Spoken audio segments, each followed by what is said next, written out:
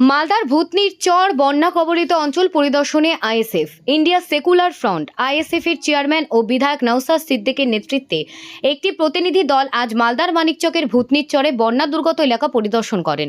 এখনো পর্যন্ত 16 জনের মৃত্যুর খবর পাওয়া গেছে এবং বেশ কয়েকটি অঞ্চল এখনো জলের তলায়।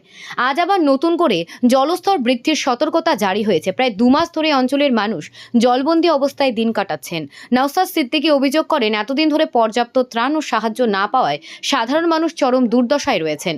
বন্যা কবলিত এলাকায় বিষধর সাপের আক্রমণও বেড়েছে। পরিদর্শনের সময় একটি সাপে কাটা শিশুকে মেডিকেল ক্যাম্পে নিয়ে যেতে দেখা যায়। স্থানীয়দের অভিযোগ, বাঁধ রক্ষণাবেক্ষণে অবহেলা এবং বরাদ্দ অর্থের যথাযথ ব্যবহার না হয় ফলে 1998 সালের পর এবারই ভয়াবহ পরিস্থিতির সৃষ্টি হয়েছে। প্রায় 47 কোটি টাকা বরাদ্দ হলেও কাজের কোনো অগ্রগতি হয়নি।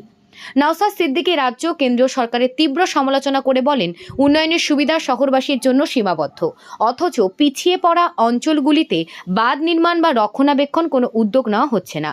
রাজ্য সরকারকে অবিলম্বে বন্যা কবলিত মানুষের জন্য স্থায়ী সমাধান করতে হবে। তিনি ঠিক কি বললেন শোনাবো আপনাদের। এক বছর বয়কট করুন, আপনারা ভোট দেবেন না। এটা ঠিক আছে, আমাকে দিতে হবে না, আমি ওই চাইতে আসিনি।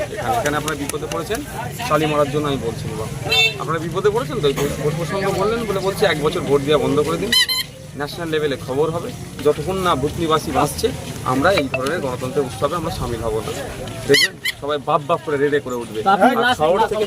শহর থেকে গ্রাম এটা ওই জন্য বেশি এই আওয়াজ আপনাদের চিৎকার শুনতে পাচ্ছে না। তো চিৎকার শোনাতে গেলে আপনাদেরকে ওই পদ্ধতি অবলম্বন করতে হবে। তো আপনি ভূতনিবাসী লাস্ট কি দেখুন, আমি একটা কথা বলি, আজকে এখানে এসেছি, আমার আজকে এখানে প্রোগ্রাম ছিল হরিশ্চন্দ্রপুরে।